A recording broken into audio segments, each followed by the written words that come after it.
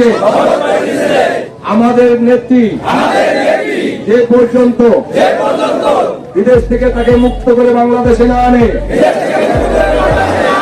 সেই পর্যন্ত আমরা কোন সরকারের সহযোগিতা করব না।